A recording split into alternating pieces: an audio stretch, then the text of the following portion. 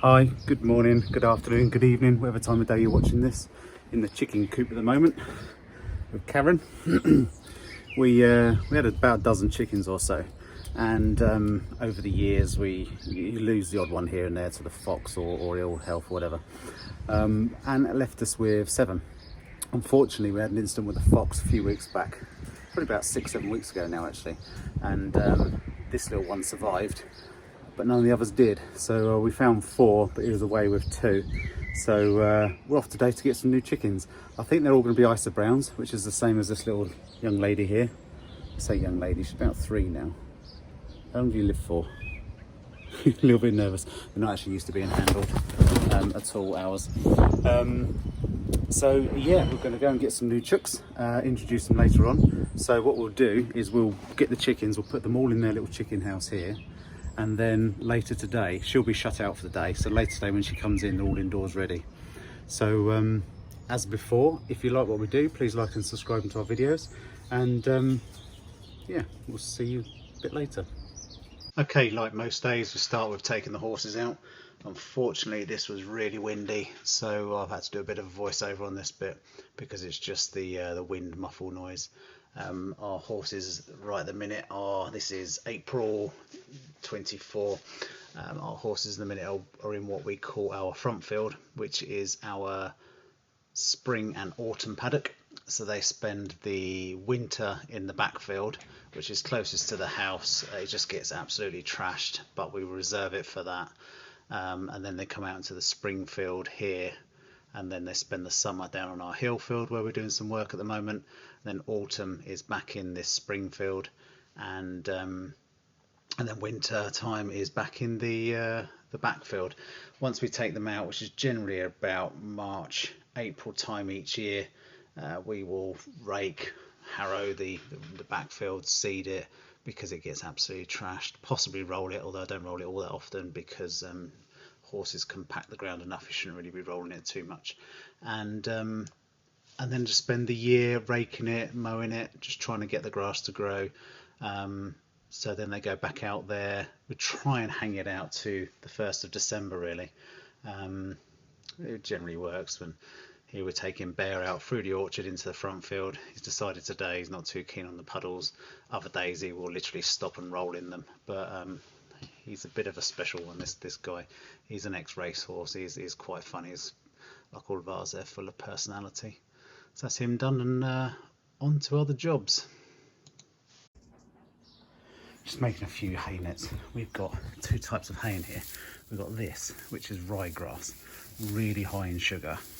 And quite fattening for horses. We bought this for our thoroughbred, but he doesn't like it. We've got a cob who's a bit of a good doer, so she doesn't need it. We've got Connie who's, well, she's fat, so she doesn't need it. And we've got a little pony who's got laminitis, which is like diabetes, so she doesn't need it. So I've been giving a bit to the cob because she loves it, but she doesn't need it. This is meadow grass, slightly different. And then if you look at the 2 side by side, you can see one is much lighter than the other. So a bit of a pain when you're having to feed different things like this, but get it wrong and you can literally have a dead horse or one that's very, very sick. So it's just one of the things you get used to with horses. And making hay nets and feeding them hay is no different to their normal feeds or anything else you've got to do, which is horse specific and not just one for all. Okay, good stuff. We found a dog crate. We're going to go and get 6 today. They're called Isa Browns. So yeah, off we go to Canterbury, pick up some chooks. Okay, here's our new ladies, 6 of them, all enjoying a bit of sun.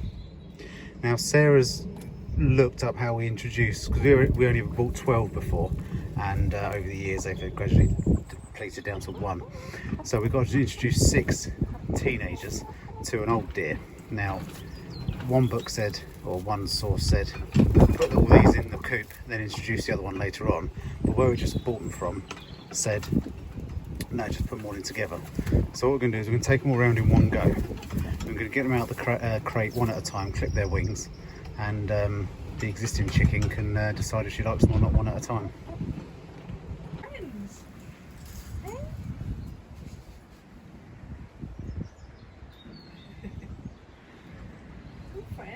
Slowly introducing.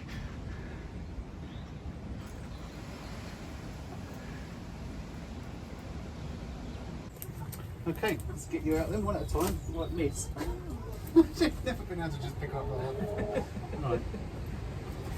Do you want that too, the camera? Can't No, see. that's okay, we'll be right. Sure. Oh, she's fascinated.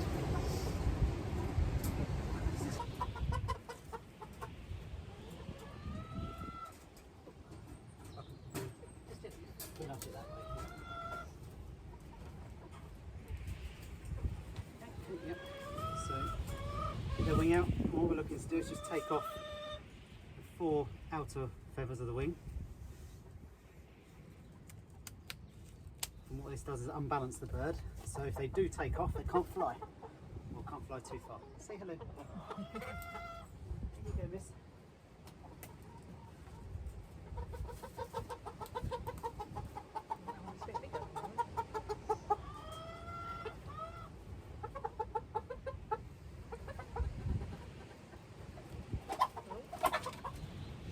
Trying to move the boss.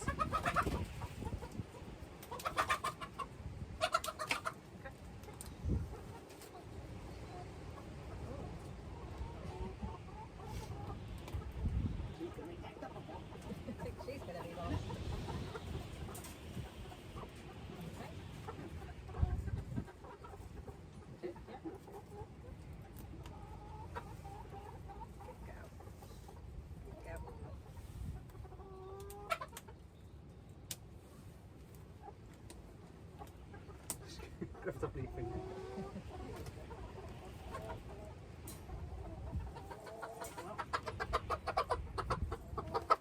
Wonder where the expression henpeck comes from.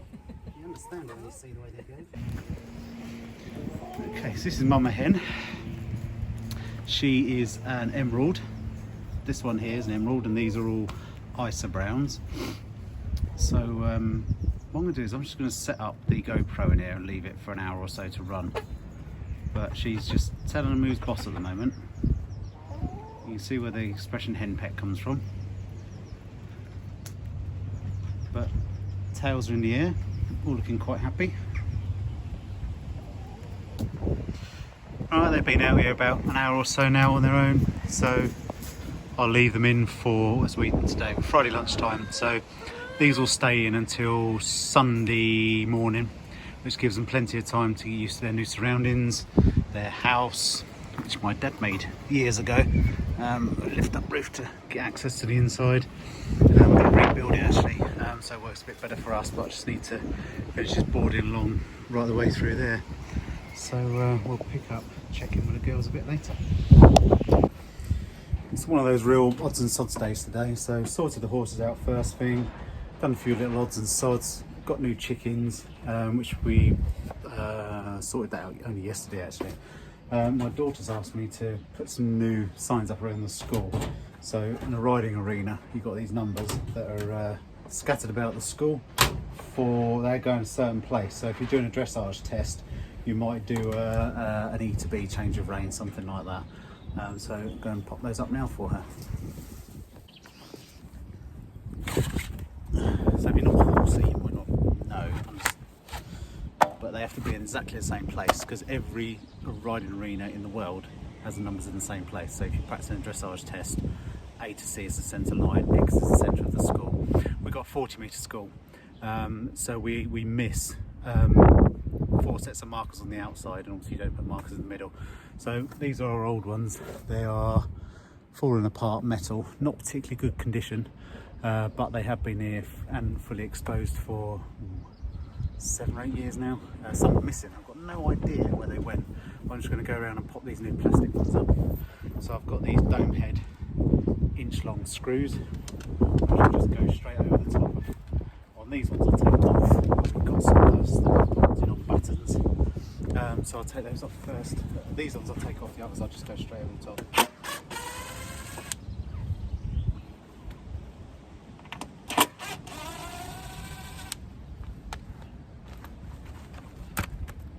Save the screws because I don't want to get a bill or an expensive farrier bill for a horse with damage to it.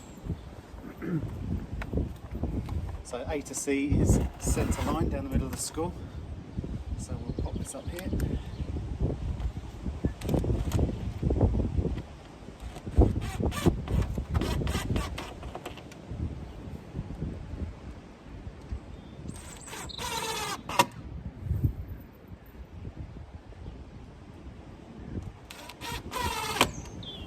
basic, but they'll do. I wouldn't have thought she'd have spent too much money on them. So that's C done, very clear now. And then M will be the first one to do, that's on the side of the school. And then I think it's E or B, then down to K or F, I can't remember. I've just got to replace what's here. But with these ones, just find M. We put this scaffold netting over the school so the rubber doesn't flick out. So just go straight over to the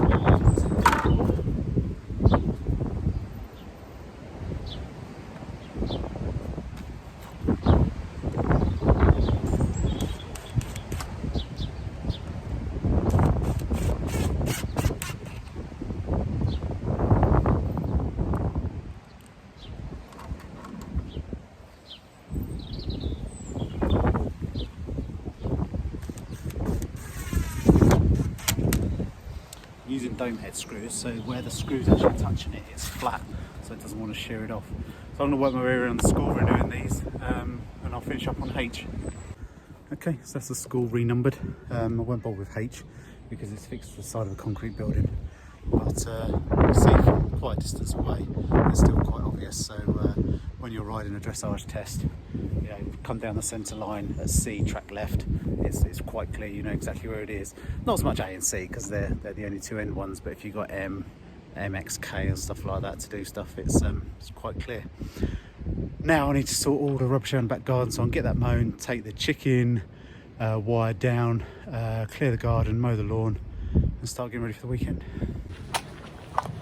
Okay, wrap up this video, my day of odds and sods, bringing the horses in. So he's been quite sensible at the moment. Did a bit of a roll today out of the mud. Why wouldn't you, I guess, if you're a horse. Thank you for watching, thank you for getting this far. If you like what we're doing, if you'd like and subscribe, that would be bloody marvellous. I'll see you on the next one. Thank you.